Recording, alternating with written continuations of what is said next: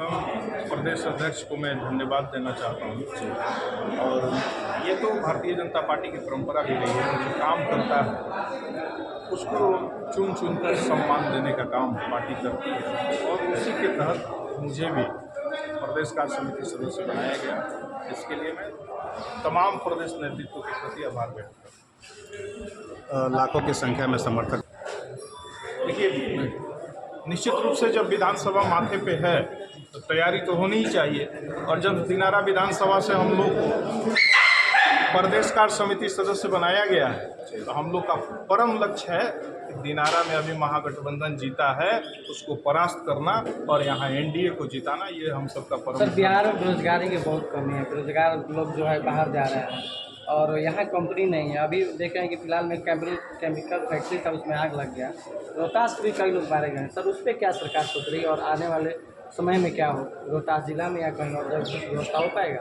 देखिए, मैं आपसे बताना चाहता हूँ 2005 से उठाकर बिहार को देखने की जरूरत है, और जिस प्रकार सुंदरता के डेफिनेशन के लिए दो लोग का कंपैरिजन करना आवश्यक होता है, उसी प्रकार जब सरकार के कामकाज का विश्लेषण करने चलेंगे तो आपको पूर्ववर्ती सरकार और वर्तमान सरकार में तुलनात्मक बात करनी होगी। 2005 से पहले क्या बिहार किस स्थिति में था?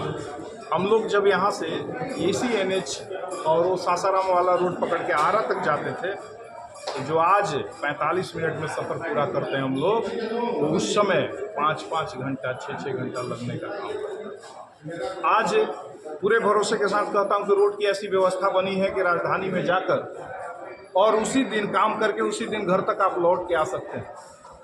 कानून व्यवस्था ऐसी बनी है कि आप रात को भी कहीं भी भ्रमण कर सकते हैं। यही बिहार था जहां अपहरण उद्योग चलता था और मुख्यमंत्री के आवास से उसको संचालित करने का काम भी किया जाता था, संरक्षण देने का काम भी किया जाता था।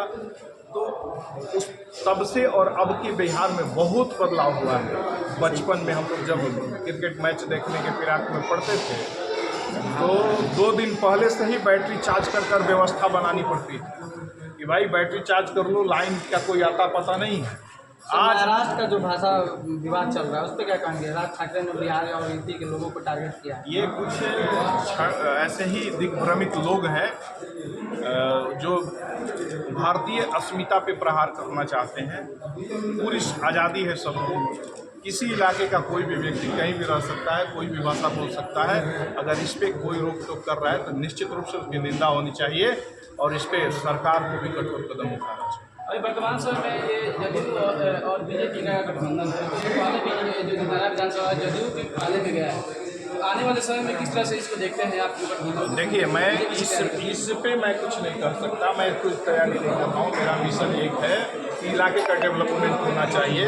अखिलेश का डेवलपमेंट हो ना हो चलेगा, लेकिन इस इलाके का डेवलपमेंट होना चाहिए। और एक ही एजेंडा है, जिस प्रकार भारतीय जनता पार्टी ने हम सबको प्रदेश कार्य समिति में सदस्य बनाया, एक दायित्व दिया, तो हम सब का दायित्व है कि यहाँ ललटेन बुझे और एनडीए जीते। उस मिशन पे हम लोग काम करने में लगे। पिछले 3-4 में आ रहा है सर कि आप भी भारतीय जनता पार्टी के विधानसभा के प्रत्याशी होने वाले हैं। सुनने में तो कई चीज़ सुनने में आता है। कोई ये भी कह देता है कि आपका कान कौवा लेके उड़ गया तो आप क्या करेंगे? कान चेक करेंगे या कौवा के पीछे दौड़? कोई तो विधानसभा टारगेट में होगा ना। मेरा लक्ष्य है इस इलाके का विकास करना। मैं बार बार कहता हूँ, नरेंद्र मोदी का मैं सिपाही हूँ। नरेंद्र मोदी साहब एक ही बात कहते हैं कि आज के परिवेश में नौजवानों की ज़रूरत है राजनीति में, लेकिन उनसे ये भी एक बात कहते हैं कि मिशन लेके आप आइए, एम्बिशन लेके ना आइए। अपना स्वार्थ, अपना एजेंडा लेके अगर आप राजनीति में हैं तो उस वैसे लोग को भारतीय जनता पार्टी पसंद नहीं करती। भारतीय जनता पार्टी सामूहिक नेतृत्व से चलती है और जो कप्तान जिसको जिस पोजीशन पे खिलाता है उस खिलाड़ी को उस पोजीशन पे खेलना चाहिए। सर, एक सवाल। भारतीय जनता पार्टी जो है नीतीश कुमार के नेतृत्व में इस बार भी विधानसभा का चुनाव लड़ेगा।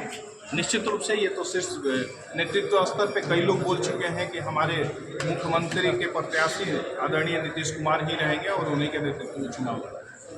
सर, एक सवाल।